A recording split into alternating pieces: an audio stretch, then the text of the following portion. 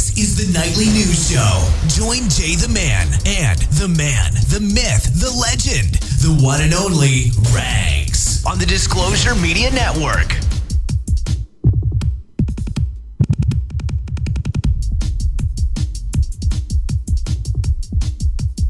Well, hello and good evening to those of you listening on our live streams from YouTube, TuneIn, and Ustream.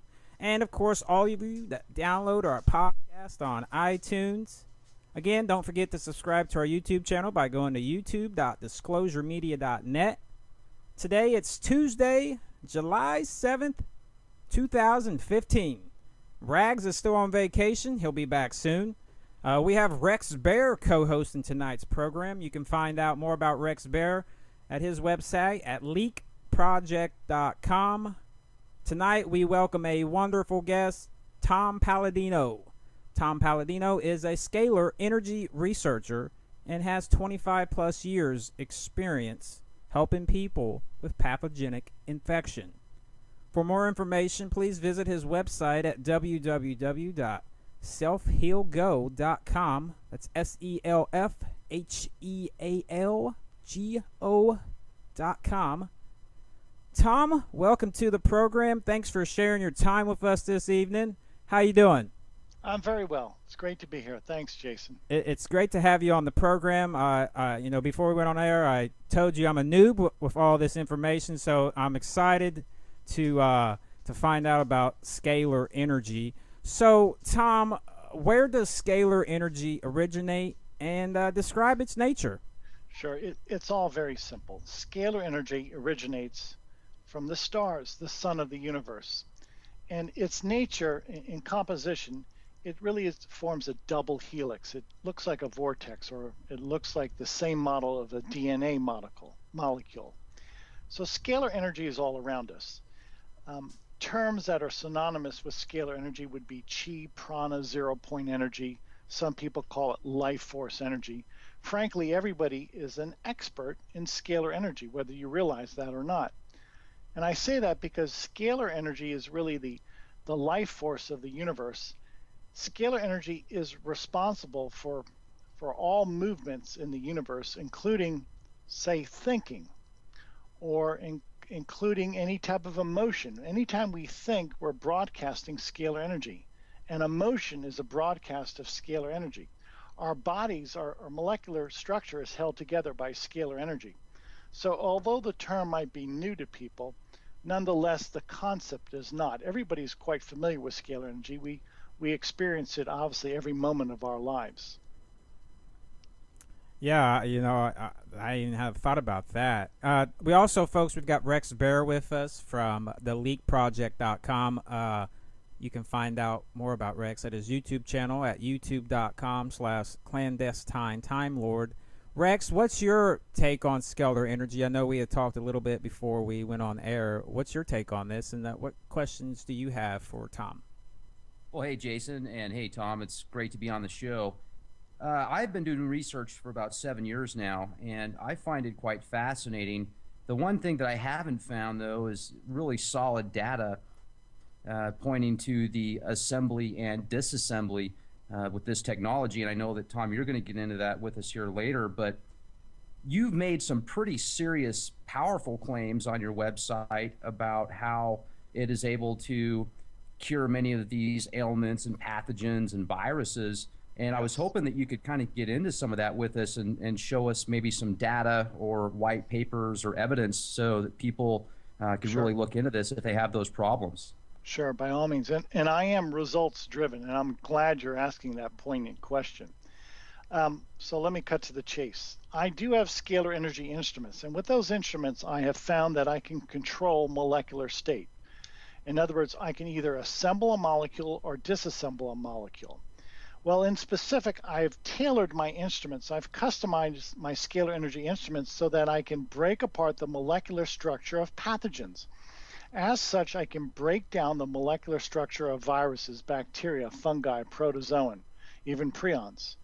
Now, with that statement, my contention is scalar energy is opening the door so that we can cure all pathogenic infection.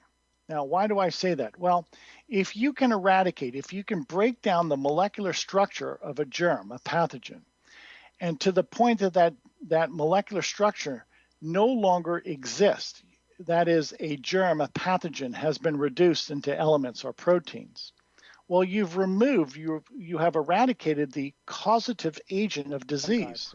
And as we well realize, any pathogen, any parasite is a foreign infectious agent. It doesn't belong in the body. So I have customized my scalar energy instruments so that I can indeed bring to a state of chaos their molecular structure, their molecular state. Well, with that said, I am able to cure a viral, bacterial, and fungal disease. Why? I'm able to break down viruses, bacteria, and fungi. In so doing, if I can remove the causative agent of disease, then yes, that proves to be the cure. Now, for pathogenic disease, not for other diseases, but the cure for pathogenic disease. Now, do you have some people that have gone to the doctor and, the doctor said, look, this is your situation here. You've got this element or this pathogen. Yes. And then they've gone through therapy with you. They went back to the doctor and the doctor said, oh, my goodness, it's gone. Yes, and that's happening more and more. Yes, to answer your question, that is happening now, and it's almost routine, frankly. Many of the people that I've treated have been diagnosed, per se. Let's use the example of the herpes virus. Some people have had herpes infection for 10, 15, 20 years, and that has been diagnosed, not only in a clinical setting, but diagnosed by way of lab tests. And after my scalar energy treatments, people have had a viral load test, a polymerase chain reaction test, and the test comes back invariably non-detectable, no detectable viral load whatsoever. This has happened 50 times, perhaps close to 100 times now. What am I saying? I have PCR tests. I have polymerase chain reaction tests that are showing that people no longer have any viral load of the herpes virus, of the hepatitis virus, of the Epstein-Barr virus, of the HIV virus.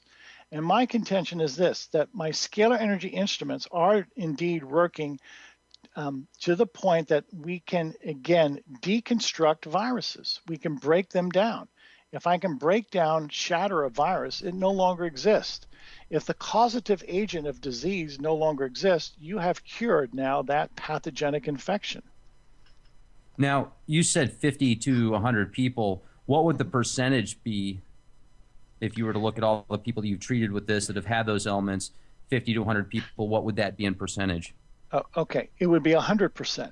And the reason I say that is my energy instrument does what I tell it to do. If I'm working with a computer, by way of analogy, and I hit a keyboard and say perhaps I hit the letter L on my keyboard, that's indeed what will come up on my screen. So I have control over a computer. I have control over a car. If I hit the gas or hit the brakes on a car, the car responds accordingly. Well, likewise, with my scalar energy instrument, I am able to scan the proper germ through my instrument, and in so doing, I'm able to broadcast that energy of that germ into the person.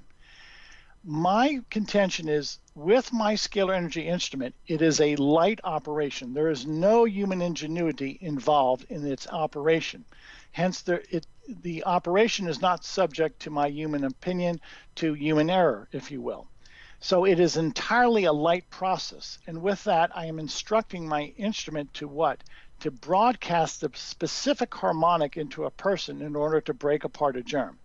So my contention is this. When I tell my instrument to break apart the herpes virus, it will do that 100% of the time. It is to the point where I have perfected this instrument that it is fail-safe, so to speak.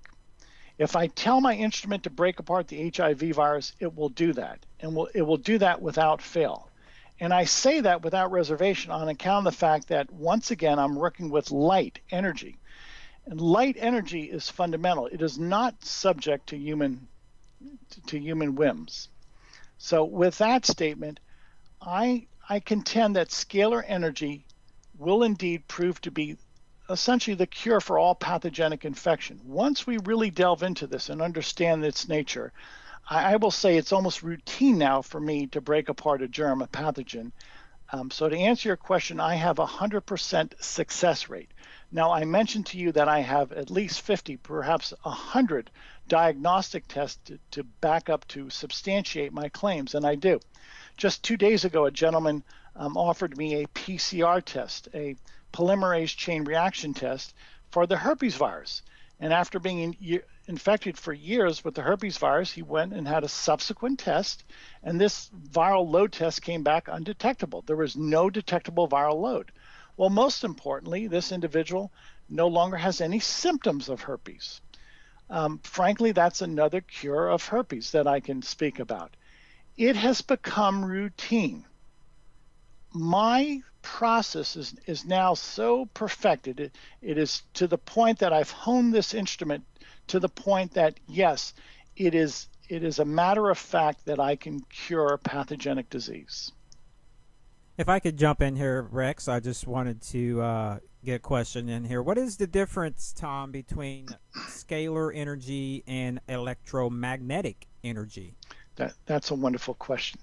All energy in the universe originates from our stars, from the sun, the stars of the universe. And when that energy originates, it takes the shape of a double helix. And that is the true configuration. It's a 5-spiral. Scalar energy is a double helix, a vortex, if you will. Well, scalar energy can convert into electricity, and when that happens, this 5-spiral, this double helix, will uncouple or unbind. And in so doing, scalar energy will convert into electromagnetic energy. So essentially what I'm saying is scalar energy is the perfect energy of the universe, whereas the electromagnetic spectrum is really a subset, if you will, of scalar energy and the imperfect converted form of scalar energy. Interesting. So how does scalar energy disassemble pathogens? Great question. That's one of the laws of nature that scalar energy observes. Scalar energy is really responsible for the geometry of the universe. All atomic, all molecular forms are held together by way of scalar energy. So with that statement, I would say that all covalent bonds, hydrogen bonds, ionic bonds, etc., are essentially subsets of scalar energy. That is, scalar energy is responsible for binding all matter. Now, with that statement, an in-phase relationship of scalar energy, an in-phase harmonic would serve to assemble matter. An out-of-phase harmonic would serve to disassemble matter. It's very simple. So we could look at scalar energy as having the ability to assemble and maintain matter, or scalar energy in a reverse phase capacity would disassemble matter, would bring matter to a state of chaos. Well, it's my contention that without scalar energy, we would not have a universe. Everything would fall apart. So in synopsis, scalar energy as a fundament of nature is responsible for assembling all matter in the universe. If we were to relax scalar energy, if scalar energy would suddenly disappear from the universe would frankly fall apart. Wow. It is light, it is energy that gives expression to physical form. That is, energy is the first principle, light is the first principle, it is the instructions for matter. Without light, without scalar energy, you will not have matter. So with that ideation in consideration, light energy forms all matter.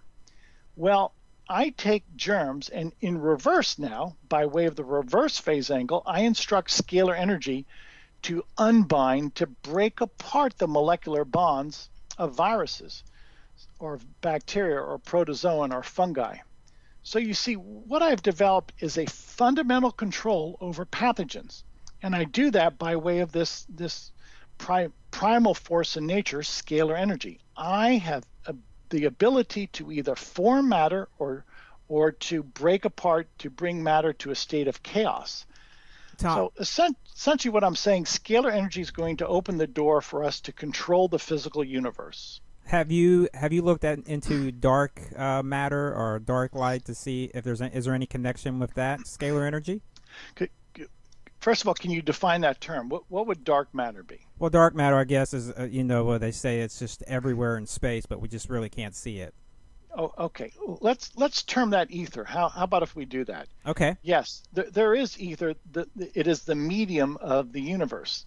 And quite frankly, ether is nothing more but the fundamental particle of the universe. It's a tetrahedron.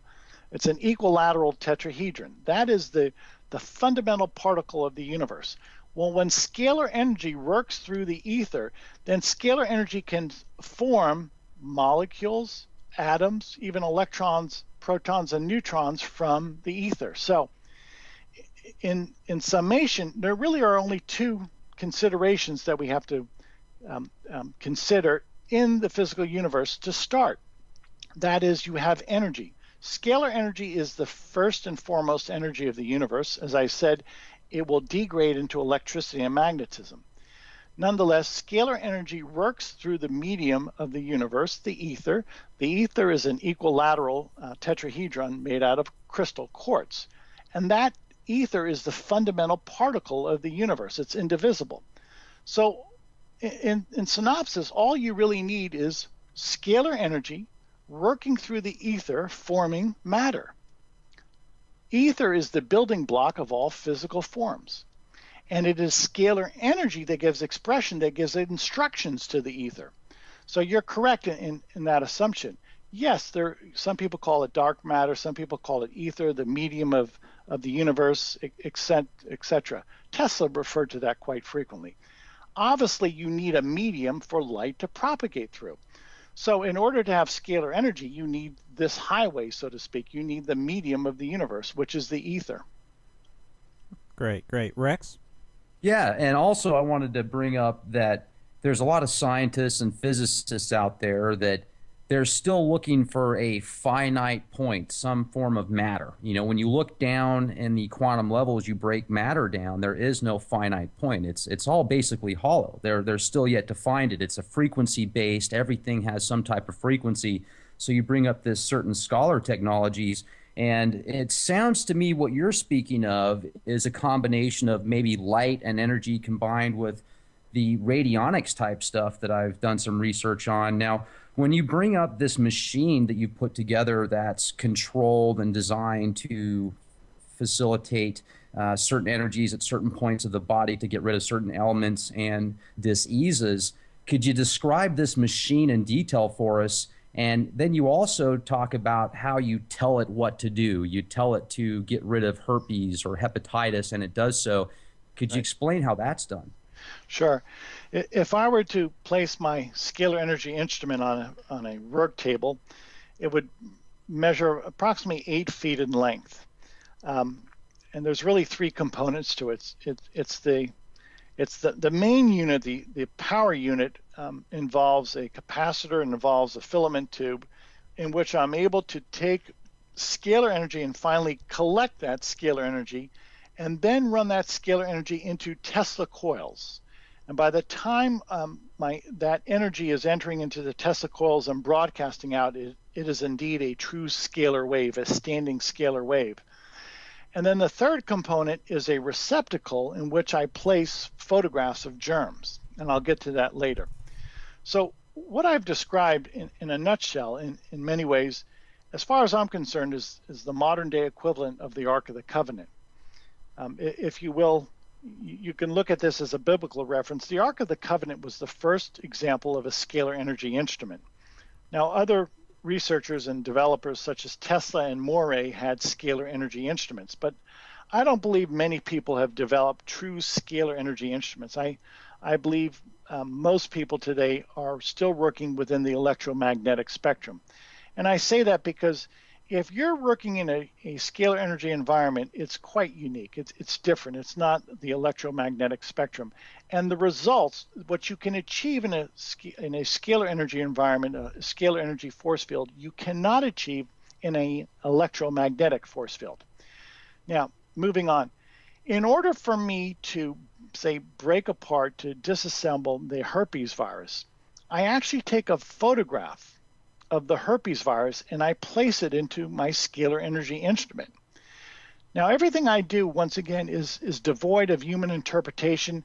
Let me jump in here real quick. How do you put it in the machine? I mean, do you have like an MP3 file? Is it a photograph that goes into a box that then uploads it into a computer that... Sure, by all means. It's an actual photograph. It's an actual photograph on a piece of paper. I cannot use a substitute. I cannot have this placed on an MP3. It's an actual photograph of the herpes virus on a piece of paper. And I actually place that photograph inside my scalar energy instrument. Now, much like a Xerox machine, a Minolta can scan or copy a document. Well, in similar fashion, I take a photograph of a germ and my scalar energy instrument will scan the energy, the harmonic, the signature on the herpes virus in this case. And in so doing, my instrument then will be able to decode, will be able to interpret the essence or the harmonic of the herpes virus. Thereafter, my instrument, I'll instruct it to broadcast that very energy, that harmonic, if you will, into the human body. And when these two identical harmonics meet, they annihilate one another. If I can broadcast the reverse phase angle of the herpes virus into a person, once the herpes virus energy finds the actual virus in the human body, it will instruct that virus to break apart. Much like somebody who can sing and shatter glass with their voice. Some people are a trained vocalist, can actually sing and shatter a wine glass if they hold it up to their lips. Well, in similar fashion, my scalar energy instrument will indeed break apart, will shatter a germ, just like an opera singer can shatter glass with her voice. And the machine that you use, once you've downloaded or put this picture into it where it can upload and then transfer that into the infected or the disease per se. So how does it do that? Is it just doing it with light and it's broadcasting it into the body? Correct. Just by light. Everything I do is by way of light. There's no physical connection between my instrument and the person. So maybe I could use the analogy, my scalar energy instrument works like a satellite. If a satellite, a low Earth orbiting satellite can send out a signal to a cell phone tower or to radios, then my scalar energy instrument works like a satellite, and I can broadcast energy to people or to animals. Well, in so doing, that broadcast of energy serves to break apart the pathogens in their body. Now, we're getting ready to take a break here, I think, right, Jason? We got about 30 seconds, but when we get back, I'd like to jump into some of the scalar energy pathogenic cleanses that you offer, and also this nutrient therapy. And I want to get into the way that this actually assimilates things and puts certain nutrients together in the body. I find that fascinating. Sure. Absolutely. We're going to take a break here, folks. If you just join us, my microphone seemed to cut out on me there, folks. Sorry about that. We're speaking with Tom Paladino from selfhealgo.com. We're going to take a break here and do our news, and we'll be back, folks, in 5 minutes. So stand by, and we'll be right back.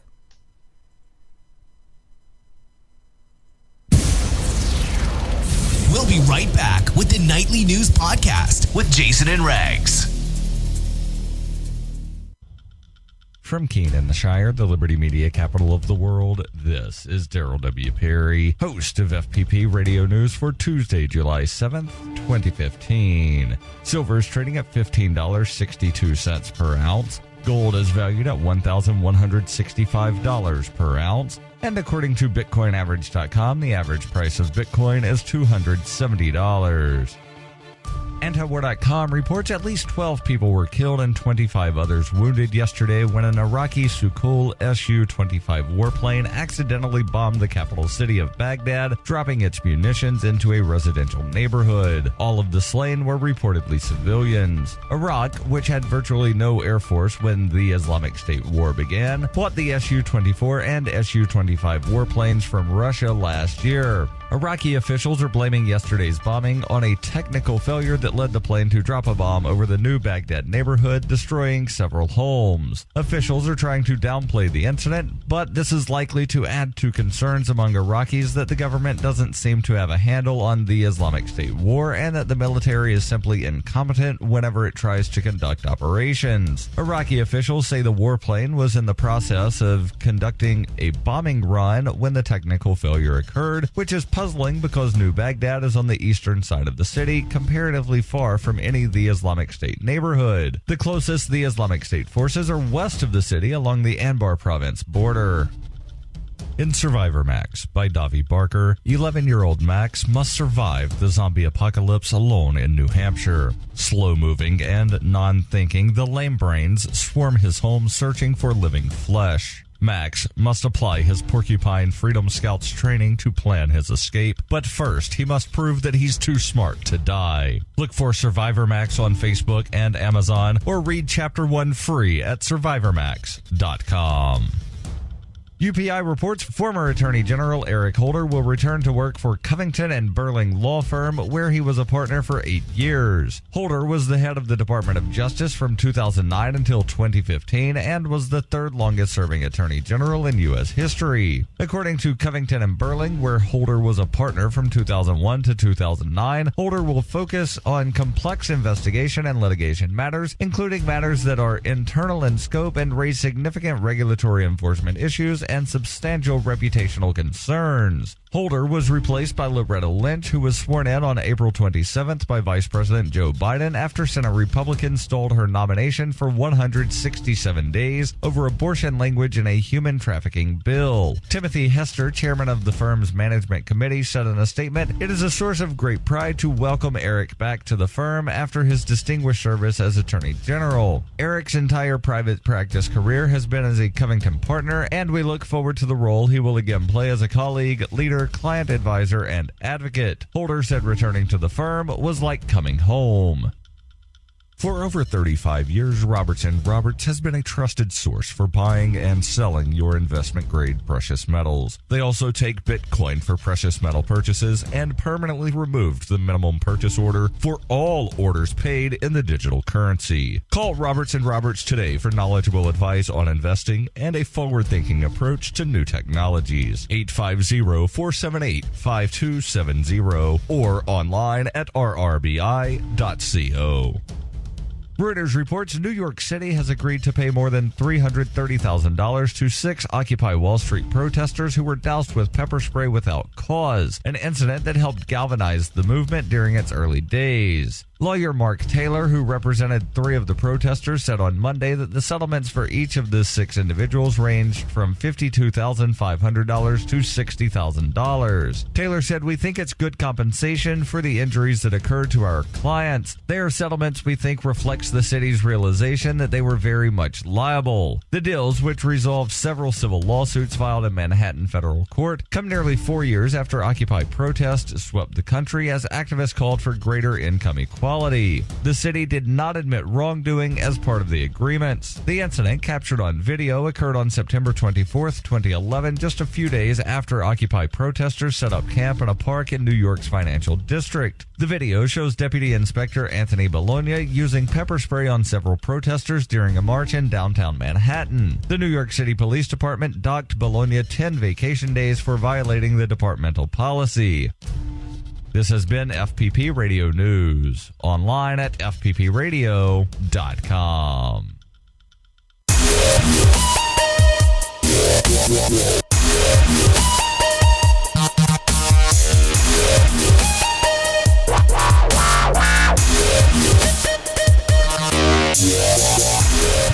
Well, welcome back to the program, folks.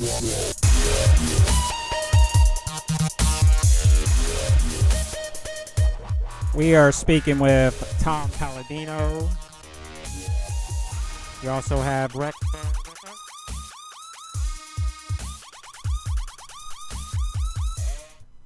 You can find out more about Tom Paladino at his website, selfhealgo.com. Also, you can find out more about Rex Bear at leakproject.com and also on his YouTube channel at youtube.com/clandestine Time Lord. Tom, I wanted to get your take and see where Nikola Tesla and scalar energy come together and how those two are connected.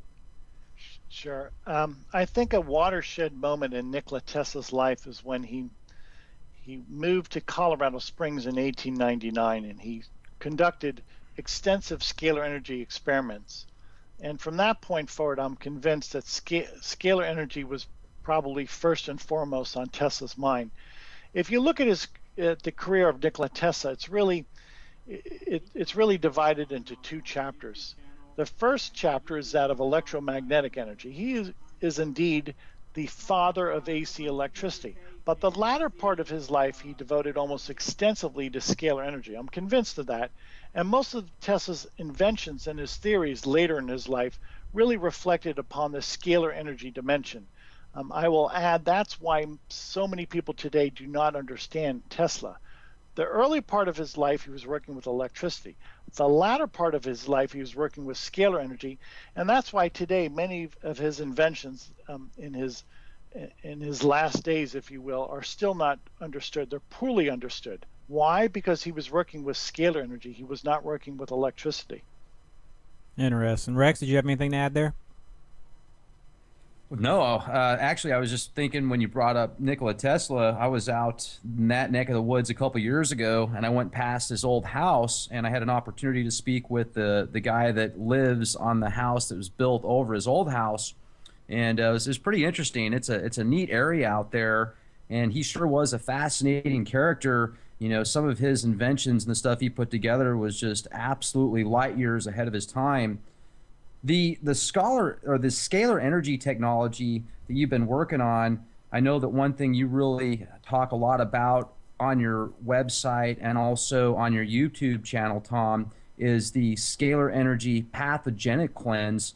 I was wondering if you could tell the people that are listening to this broadcast and those that will be listening to it in the future how that actually works. Sure. In synopsis, when I'm working with a pathogenic cleansing, in order to eradicate a germ, I broadcast a reverse phase angle, which serves to break apart to deconstruct the molecular structure. Now, in reverse, when I want to assemble something that's beneficial to the body, such as a vitamin or a mineral or an antioxidant, then I administer the in-phase wave, if you will, the in-phase harmonic of scalar energy. And in so doing, I can assemble inside the human body vitamins, minerals, antioxidants, amino acids. It's very simple, but yet profound, quite profound. Right.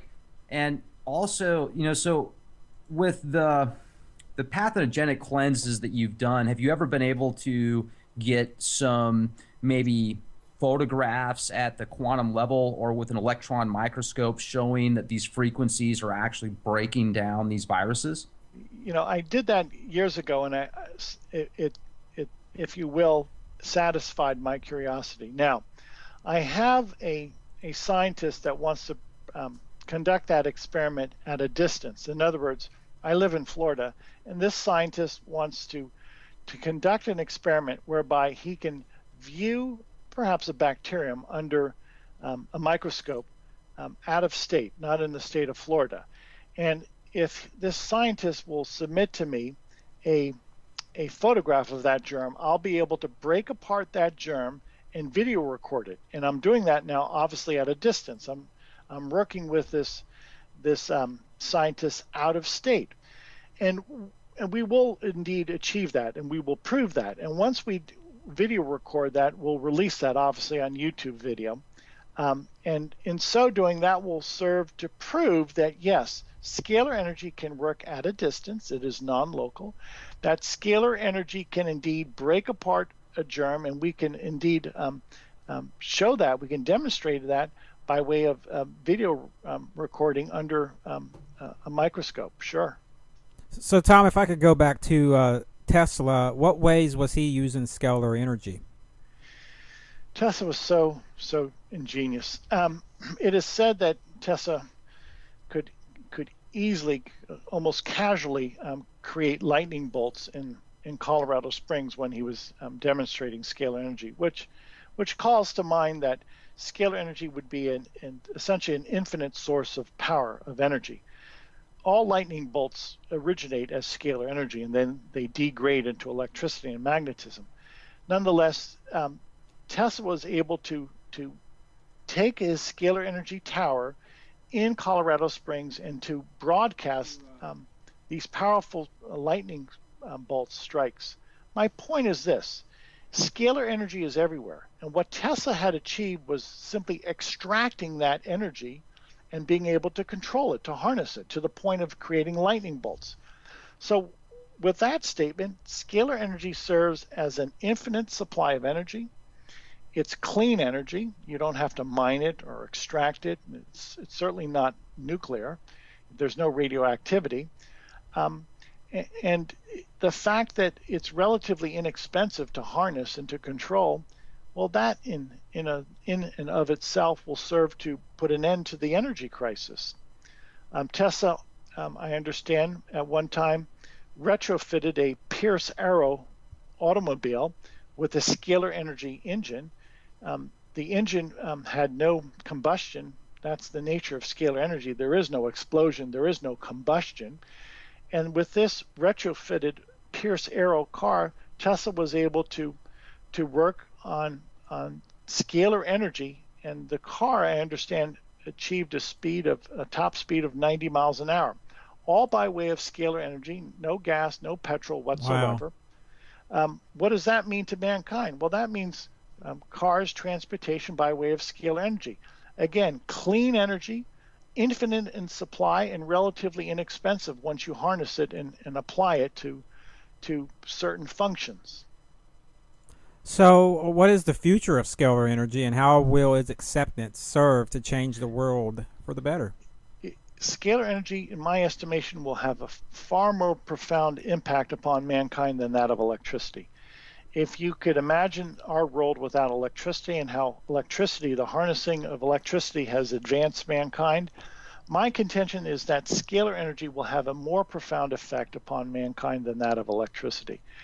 I believe scalar energy could essentially replace any electrical device. Scalar energy could indeed replace our modern day means of power generation: coal, nuclear, hydrothermal, electrical. Scalar energy is going to liberate mankind, and it will indeed serve to not only make our lives easier, it will ultimately serve to automate the world. I can clearly envision a world where we will no longer work 40 hours a week. Scalar energy will be our servant.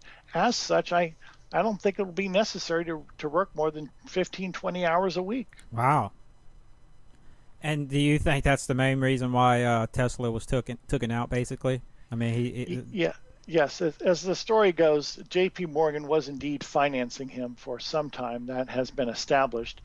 And ultimately, J.P. Morgan pulled his financing. And I think once J.P. Morgan and his bosses, his superiors, the Rothschilds, realized that Nikola Tesla was about to introduce a free energy to mankind, which would be relatively inexpensive to harness and to control, that scalar energy served to undo all of the Rothschild-Morgan monopolies. And that's why, in my estimation, that Morgan and, again, his bosses, the Rothschilds, no longer financially supported the work, the inventions of Nikola Tesla, and to the contrary, they worked against him from that point forward. They were intimidated by him. Wow. Folks, if you're just joining us, we're speaking to Tom Paladino. He is a scalar energy researcher, and he's got 25 plus years experience in helping people with pathogenic infection. We also have got Rex Bear on the line with us. He's from theleakproject.com. He's also a former host with Disclosure Media. He's also got a YouTube channel. You can find him at youtube.com/clandestine. Time Lord. Rex, do you got some questions out there for the guest? Yes, absolutely. If we could jump into some of these opportunities that this scalar energy is able to produce for people, it sounds like not only can it be used to harness vehicles and machines and power homes, but also destroy ailments and diseases. if you look at the theory that everything is a frequency-based system, then certainly this can help. But I want to jump into a lot of the problems that some people face today with certain ailments that they have that didn't exist, 40, 50 years ago nearly as much. A lot of kids now have some type of autism or on the autism spectrum. People have autoimmune disorders, and in my opinion, these things are maybe related to the diet and the things that are put in the vaccines today, but that's a whole other story. So have you been able to help people with different autoimmune disorders and maybe, digestive problems with these type of therapies that you produce? I have, and I would say not in the grand sense. I have to perfect my scalar energy instrument. So to answer your question, people with autoimmune diseases, intestinal problems, even autism, in some way I'm able to mildly correct those situations. Now, as I increase the power of my scalar energy instrument, it's my contention that I will be able to reboot the body. In specific, I believe we have 7 chakras. A chakra is nothing less than a scalar energy point of light.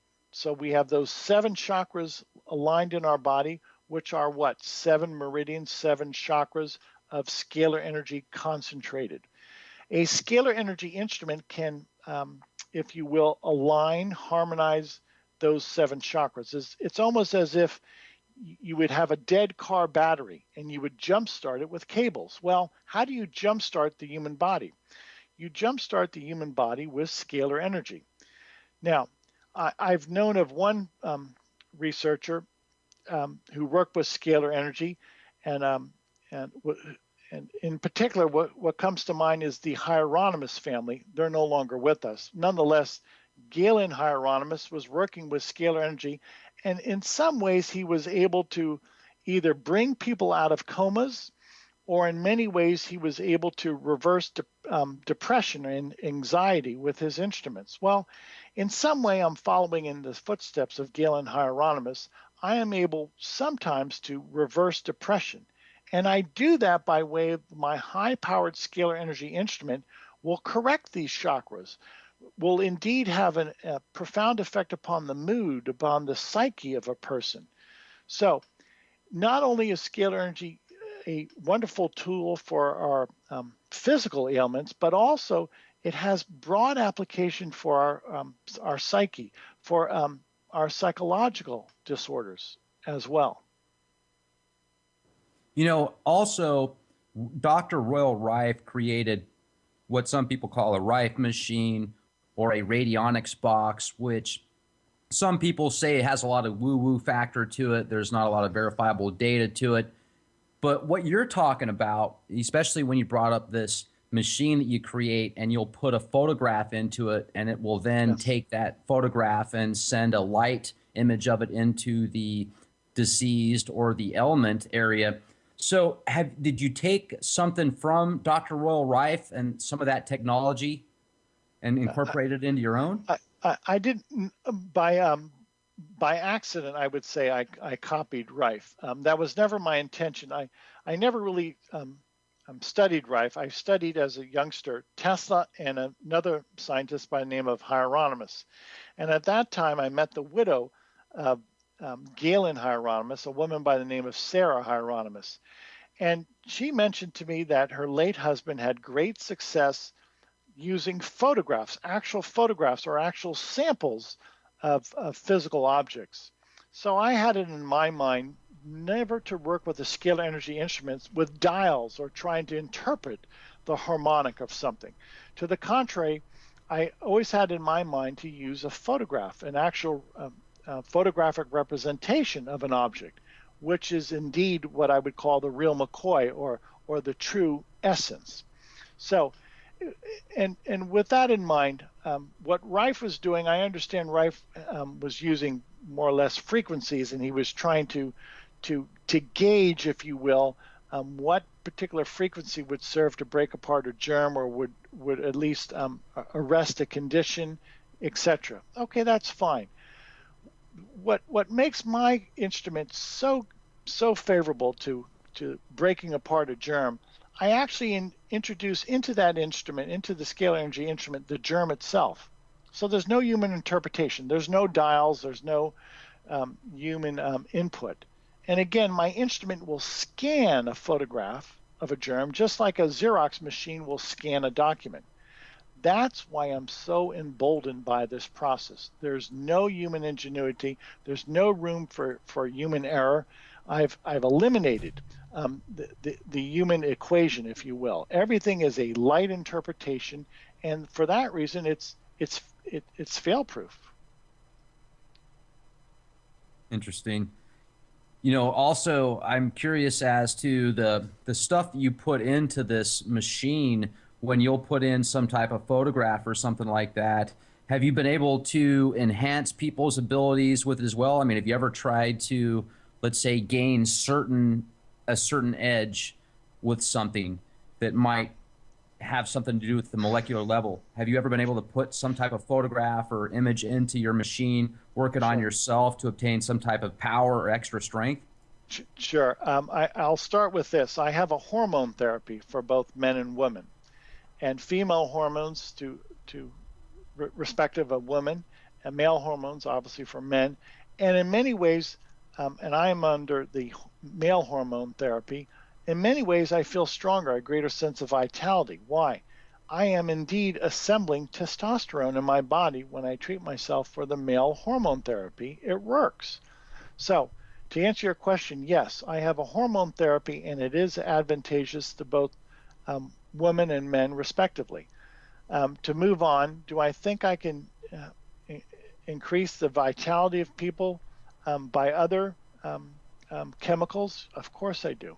I've scratched the surface. This simply just begs experimentation. It begs inquiry. And as long as I have the time, I'm going to continue with these experiments. I'm also wondering, with some of the people that were exposed to mass amounts of radiation around Fukushima, when that happened back in March 3rd, 2011, if some of these technologies could help people that have been exposed to mass amounts of radiation as well. Yes, it can. It's my contention that scalar energy in and of itself does indeed control all physical matter, including radioactive material. Now, what I've noticed with scalar energy is radioactive material is really anathema to scalar energy. Scalar energy is, if you will, is a stable energy. It's not a metastable energy such as a radioactive element. So I've not had the opportunity really to experiment with people. Nobody's really come forward stating that they have radiation sickness, but it's my contention that yes, scalar energy can be used to favorably some way correct this radioactive material that people have in their body, whether they were exposed to a nuclear reactor or whether they drank contaminated water. It doesn't matter. Scalar energy can control physical matter, including radioactive material. Hey guys, if I can jump in here, Tom and Rex. Tom, what unique experiences have you witnessed when working with scalar energy in your laboratory? When I work with scalar energy, my entire laboratory is under the influence of this force field, and it's different. It's not that of the electromagnetic spectrum. One of the telltale signs of a scalar energy force field is I can actually hold a light bulb in my hand, and it will, in this scalar energy environment, the light bulb will illuminate automatically. Oh, wow. And I have that actually on my website, photographs of holding light bulbs in my bare hands, and these light bulbs are illuminated. Well, Tesla did the same thing. And how did Tesla do that? Well, the same way I do it. We've created a local scalar energy environment. It's energized. And one of the consequences is you can illuminate a light bulb easily. Another consequence that I see of a local scalar energy force field is... Tom? Yes? If I could just jump in, could you use that to move an object, per se? A physical object? Yes. We're going to get into that. I've not achieved that, but I will say this. To answer your question, scalar energy is the cause of gravity. Oh. Scalar energy is the underlying cause of gravity. Our Newtonian concept of gravity is absolute nonsense. What controls gravity is scalar energy. As you compress scalar energy waves, you have a compression of gravity. As you relax those scalar energy waves, gravity relaxes. So you have gravity and anti-gravity.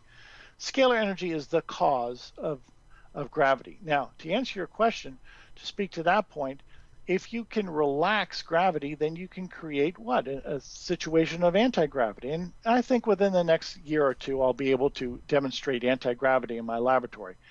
And with that said, if I can create a local scalar energy force field that is an anti-gravity force field, then sure, I can use that for transportation. I can move objects inside this anti-gravity force field. Awesome. Hey, I know we're coming up to the top of the hour, Tom, and I know we had only booked for 1 hour, but we do have the option, if you're available, to go a little longer if that's something you're comfortable with doing. Great. Sure. Rex, I know you wanted to jump in. Rex, go ahead.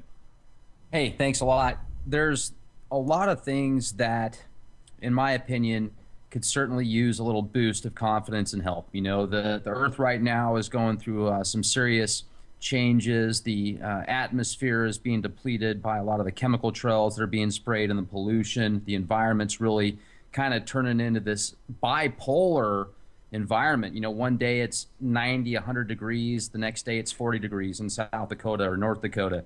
And these frequencies that you talk about that you're able to help people with, is there any way that you could maybe make that a bit larger? You know, let's go to a city level or a state level. Is there a way to send these type of frequencies into different satellites or high voltage systems to actually help heal the Earth and the atmosphere and the different areas that have been destroyed or, you know, very highly contaminated by certain chemicals and the way that the population has treated it?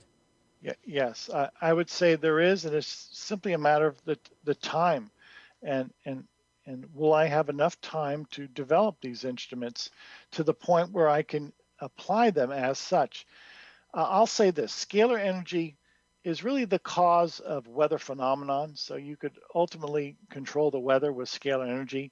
Scalar energy can indeed break apart particulates in the atmosphere. You can clean up the air with scalar energy. What my predecessor, Galen Hieronymus, invented a scalar energy, he called it a pipe or a cosmic pipe, in which he could clean up the pesticides on a farm field or in an orchard. So yes, scalar energy it has thousands of applications. It's almost mind-boggling as to what we can do with scalar energy. The drawback is this, gentlemen. I'm one man. There's only so much I can do. I need the world to help me. Well, let me jump in here for a minute. You make these machines that can help out people individually, and I saw your video earlier today on YouTube that got, I think, 50 or 60,000 views, and it hasn't even been out for that long, where you're doing these different experiments and you're in a office type setting where you've got this scalar machine going, and I can see that your big screen that's actually not a TV, but the actual screen itself is going up and down and up and down. And I'm thinking to myself, what is this? Why is this thing continuing to move around? It's getting kind of annoying. But it was actually because you had this scalar machine going and it was causing it to act all weird. So what type of watts, or I mean, how much energy are you using to emit a force field or effect in a certain area? Like, what's your actual radius with the voltage or watts that you're using now? And let's get into the next step. If you can create a 5 square foot radius of this energy to create these harmonious effects of healing and nutrient balance, then how much would it take to get to a 5,000 square foot radius? And how much funds do you need to actually produce that? Because this is something that could potentially save the human race. Yes, thank you, Rex. And it will save the human race in many ways. Scalar energy will liberate mankind. Now, to speak to your point, the nice thing about scalar energy is, once again, it's a non-local environment. In other words, when I take a photograph and I incorporate it within my scalar energy instrument of a person, I can treat a person anywhere in the world by way of their photograph. So I don't necessarily need to broadcast this energy to a radius of, say, 1,000 miles or 5,000 miles. To the contrary, everything is miniaturized with scalar energy. That is, I can actually take a million photographs of people a day and run them, if you will, scan them through my scalar energy instrument. And no matter where these people are located in the world, I can send them energy. Now, again, going back to the analogy, if a satellite can send energy to 1 million cell phone towers, to 1 million radios around the world, then my scalar energy instrument can send a broadcast energy to 1 million people around the world. And I can do that from one fixed location. And that begs the question, the observation, well, if we can do that with scalar energy, what does that mean to mankind? Well, in a nutshell, when I'm going back to my staple, the scalar energy pathogenic cleanse, if you brought me 1 million photographs a day of people, I could cure 1 million people a day. Now, let me repeat that. If you brought me a stack of photographs of people and I ran those photographs through my scalar energy instrument, I could treat those 1 million people around the world and break apart the germs, the pathogens in their body, and cure 1 million people a day. Well, let's get into this a little bit further. The FDA is very harsh on false claims and infomercials that come out with a supplement that says it can heal something or cure something. I've read news reports before of Amish farmers with natural milk, clubs where they allow people to buy milk that isn't, full of different, let's say, antibiotics and other things that they put in them, just raw milk per se, where they've got SWAT teams going after these Amish people. How do you not have your doors being blasted down by people in the FDA or certain organizations that have high funds in the pharmaceutical industry? Sure. I would say God's protection first and foremost. That's necessary. And I've been guaranteed that I would have God's protection. And that's very necessary. And to speak to that point, sadly, the corruption in the federal government of the United States of America is to the point where our liberties are indeed compromised. Nonetheless, I will continue to work and to experiment, and I realize that soon scalar energy will be embraced by mankind, and regardless of the consequences, I'm moving forward. So, you're right. There is a force out there that does not want to see this succeed. And again, this indeed is a threat to the money and power of many people. Rex, that was the question I was just getting ready to ask. Tom, have you had any pushback from any federal type of government? No, none? No. I frankly don't think they realize what I'm doing. I don't think they understand. Very few people understand scalar energy, and that's not to slight people, but frankly, if people understood what scalar energy can do and what I am doing on a daily basis, there would be a rush to help me to abet this cause. That hasn't happened yet. And again, I'm not trying to be condescending or curt about this. People simply have to be educated. People do not understand the implications here. Right. Rex? So, you've got a lot of followers on YouTube. When you type in scalar energy, you're the second website that comes up on Google, which is pretty awesome. The first one is actually an article about Nikola Tesla. So what's next for you? I believe in results, Rex. I believe that I have to go out there and prove this. Now, I've decided to devote my early career to scalar energy, to proving that I can improve human health. If I can prove to people that I can break apart the HIV virus and cure AIDS, then I will garner the attention of people around the world. If I can prove that I can break apart the herpes virus and eradicate that causative agent, then again I can have a following. I can finally, if you will, have a foothold, an entree, if you will, to the world.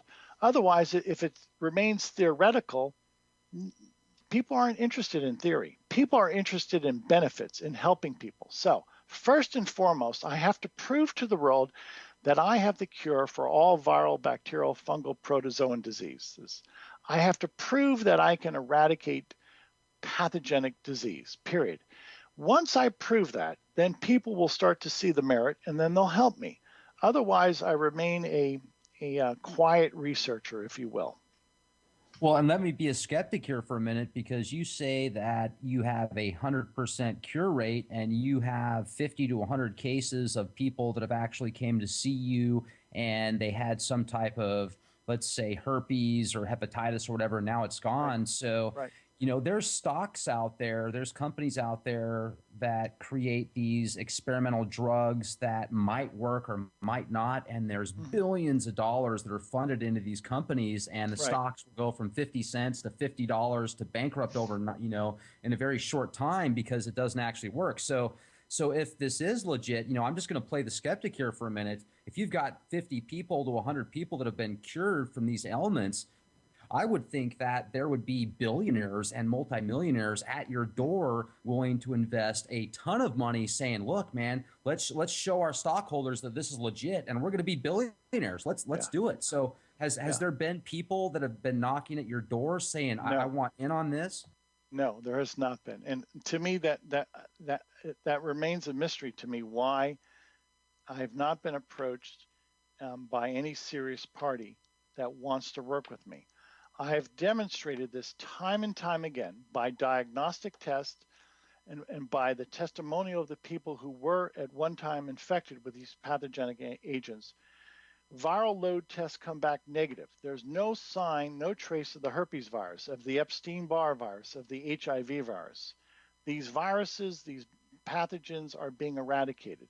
So you're right. And to speak to your point, this will have a significant impact upon the medical community, including the pharmaceutical industry.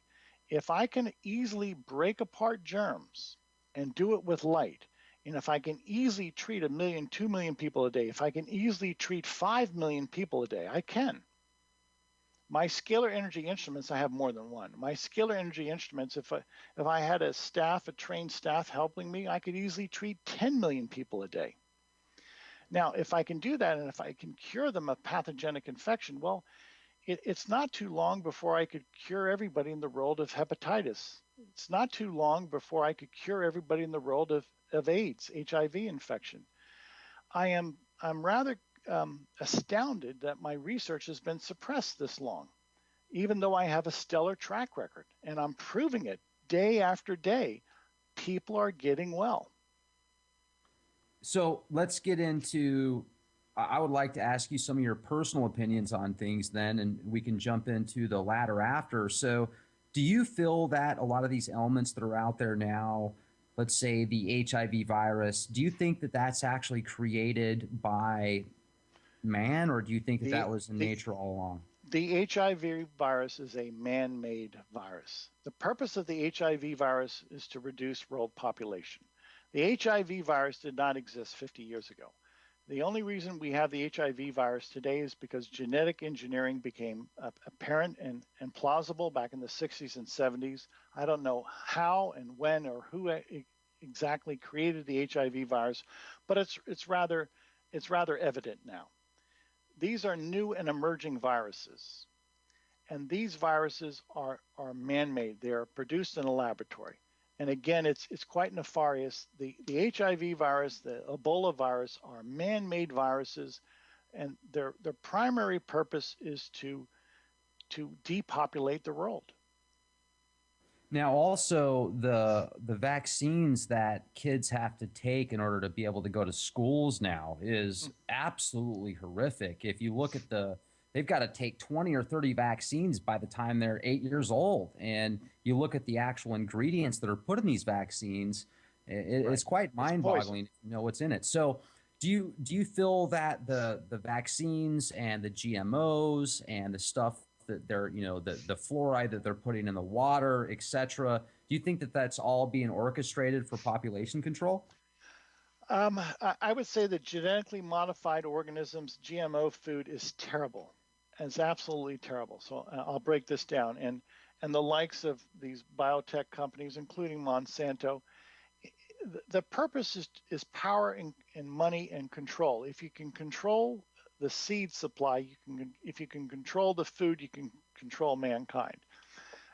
It has been established that vaccinations do indeed contribute to autism as well as other diseases. You're absolutely correct.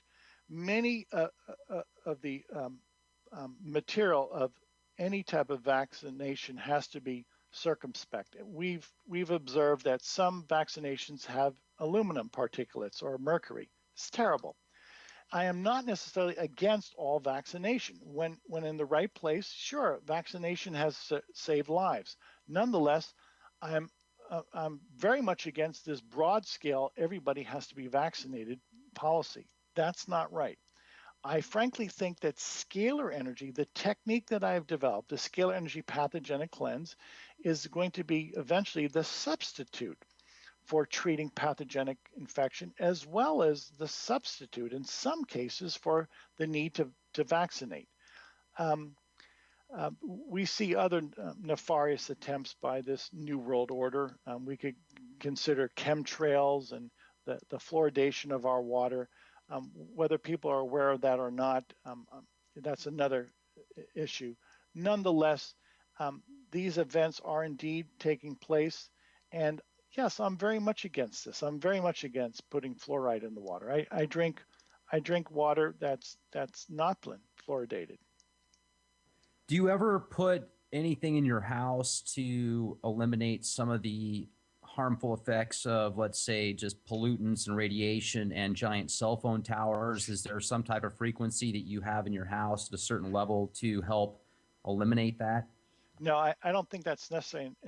And the reason being, I essentially live out in the country. I don't live in a populated area. So I really don't have to worry about that immediately in my immediate environment. Secondly, I think in many ways my scalar energy instruments that I'm working with throughout the day serve in some way as a buffer, if you will, to ambient electromagnetic noise.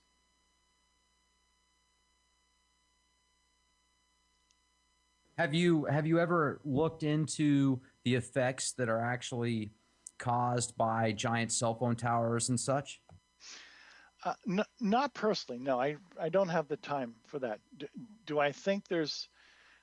I'll say this. Electromagnetic energy is not conducive to our health.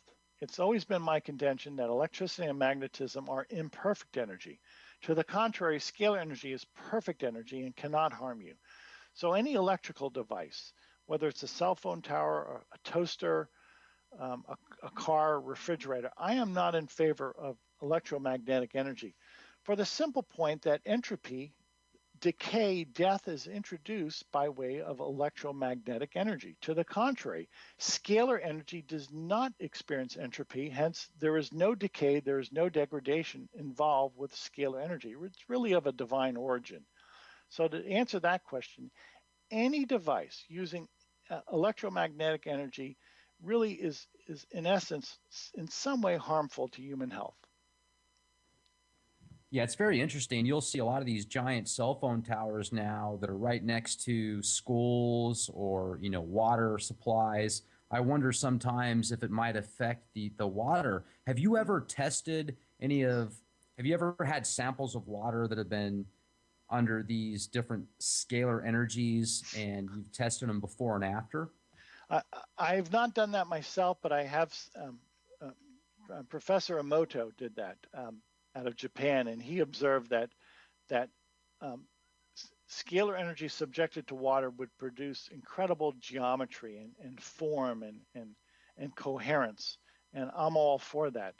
I've not really had the time to do that, but nonetheless, I'm convinced that scalar energy, when I'm imparting scalar energy upon a person, as we know, people are 70% water, I'm sure I'm in many ways helping, bringing their body to this state of coherence or this state of perfection by way of scalar energy. Sure. And also I just want to jump back here again real quick, Tom. There's so many giant pharmaceutical corporations that make billions and billions of dollars making these pharmaceutical drugs for people to take, and even the advertising industries are making millions and millions of dollars from the pharmaceutical companies. I just find it almost shocking that if this is legit as you say it is, and I certainly believe you feel that it is, and it very, very well might be, how you haven't been taken out, man. I mean, seriously, because if what you have, if the technology you have can actually heal people from these ailments and these diseases and these viruses that many may have been created and others might be natural, it's just mind-boggling that you're still around and you're not getting any flack from trolls or people that, you know, get paid by certain industries to create, you know, some type of doubt with what you're doing. Well, let's say this. I have a high regard for my divine protection. Jesus and Mary always protect me, and I'm sure that in many ways this is divinely orchestrated. I realize there are nefarious forces out there, and as this becomes promulgated, and thank you for your support, as this becomes promulgated and people start catching on, they're going to realize that indeed scalar energy is a game changer. It will change the course of history. Certainly. If you know, and do you think also that this scalar energy can be used to not only affect the people that have certain, you know, ailments or whatever, but it can also be used to power certain things, like power people's homes and Yes. and basically be an all in all everything. Sure, and that's where Tesla was going with this. He wanted to use scalar energy as a universal source of energy. He was no longer enthralled, if you will, with electricity. Yes, and I know we're going there someday. Someday, our homes will be, our schools, our factories will be powered by scalar energy. And again, that day is coming. You cannot suppress the truth forever. So indeed, yes, to answer your question, that day is coming. Well, Tom, I got to tell you, it's been great speaking with you. I really appreciate all the information you've given us and look forward to speaking with you again sometime. A pleasure, gentlemen. Thank you for the opportunity. Thank you. Hey, folks. Again, hey, Tom, thanks again for sharing your time with us this evening. Disclosure Media would like to thank our guest, Tom Paladino, for sharing his time. You can, again, find out more about Tom Paladino at www.selfhealgo.com. Also want to thank Rex Bear from the Leak Project for collaborating on tonight's program. You can find out more about Rex on his website and YouTube. I've got it up there on the picture screen there now, folks. Also, don't forget to subscribe to Disclosure Media. Just go to youtube.disclosuremedia.net. Tom, stay on the line. Folks, have a great night. We'll speak to you soon.